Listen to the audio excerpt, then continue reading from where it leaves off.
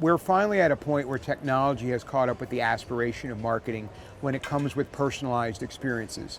Years ago, the great Rob Norman said to me that attention can no longer be bought, it must be earned. And when you unpack that, that means engineering relevance into every interaction. And the reality is, we got okay with that in individual channels. But the logic behind channel 1 didn't connect to channel 2 and vice versa. And now with the rise of agentic AI, with the rise of large language models, with the rise of truly interoperable data sets, you now have the ability to understand in near real time, or in some cases real time, exactly what the mindset and motivation of an individual is, tailor a message to them and deliver it to them in a way that breaks through, that resonates, that cuts through the clutter, that stops the thumb in the feed. The question is the ecosystem ready to abandon the old rules-based approach that was driven on intuition and logic and embrace a modeled approach in where the AI is orchestrating every interaction in a way that you can't necessarily manage in a siloed environment, but has to be a true omni-channel and empowered experience? I feel like this year AI is on everyone's bingo card. How's that conversation advanced, and where is it headed? I'm very excited this year. Last year we had this rather tedious and endless conversation about, will AI take my job? Will AI take the team's job? What will AI do to our industry? Is marketing going to get outsourced with AI? When the electric drill was invented, there was no fear that the carpenter was going to lose their job. When the PVC pipe was invented, which consumers could theoretically use themselves with a reasonable wrench, there was no fear that the plumber was going to lose his or her job. Why did we fear the tool? We feared the tool because we didn't understand the role of the tool. In marketing, there are many repetitive tasks that sap time and energy from the core mission, which is to inspire consumers to think differently about the world around them and deliver a message that allows your product or service to captivate them, to inspire them, to touch their passion. Those things can now be done at a very granular level. So instead of segments of 6 to 12 million of shoe intenders, we now, through context and through understanding purchase intent with companies like Attain, can actually reach to 50,000 shoe intenders that are in the market today for shoes, not the 12 million people who have a propensity to buy shoes. And as a result, we can buy them more efficiently, we can deliver more resonant experiences, and we can actually spend less money. Our CPM might go up, but our cost of customer acquisition comes way down. And I've worked for 5 amazing CMOs in my career. Nobody ever asked me about CPM. They asked me, how much does it cost to attain a new customer, and are we staying within budget? And then they said, where do you want your bonus sent? Right? It's that simple. And we've gotten away from that because channels, bad proxies, rules-based systems that were inflexible, a model that didn't learn, all of those things can be walked away from. The question is, will marketers and their agencies have the courage to do so? So how are you advising your clients now? I think fundamentally what I'm asking my marketing clients to do is to reevaluate their go-to-market and ask them if it reflects their values.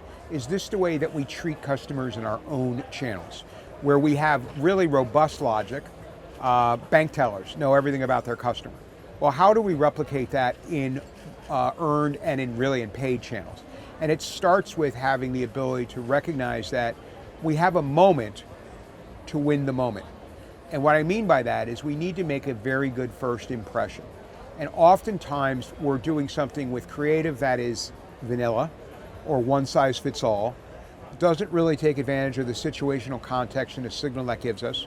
I've often said, Lisa, and you've heard me say it, that programmatic is the worst thing that ever happened to advertising, and it is the only salvation of marketing. Why? Because the data signal that you get in real time about the interest or the intent of the individual based on the context on the page that they're on.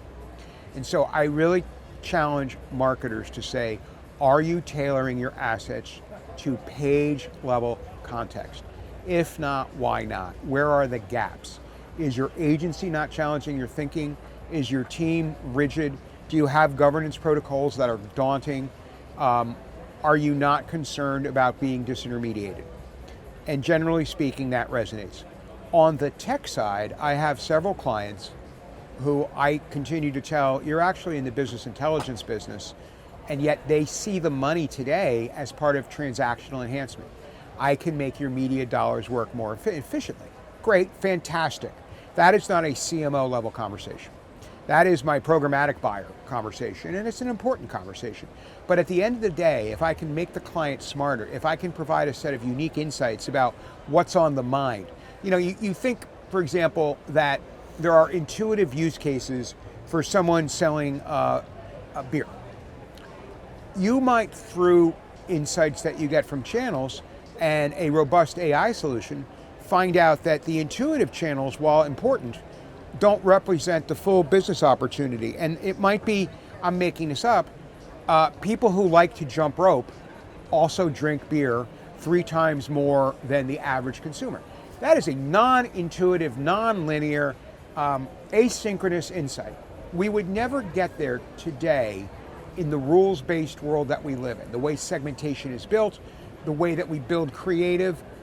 We would miss that opportunity. And increasingly we are seeing new pockets of demand in the marketplace from consumers who identify with something that isn't necessarily matched to the intuitive use case for the product that we're selling. Speaking of which, you've been a proponent of news, and the news isn't so great these days. Why should marketers really take a look at the news space? Well, there's a really very compelling business case to buy news. It has the highest return on ad spend of any content vertical. We just did a case study at Adfontes Media with a major financial services institution, and they had a 70% reduction in cost of customer acquisition, 70.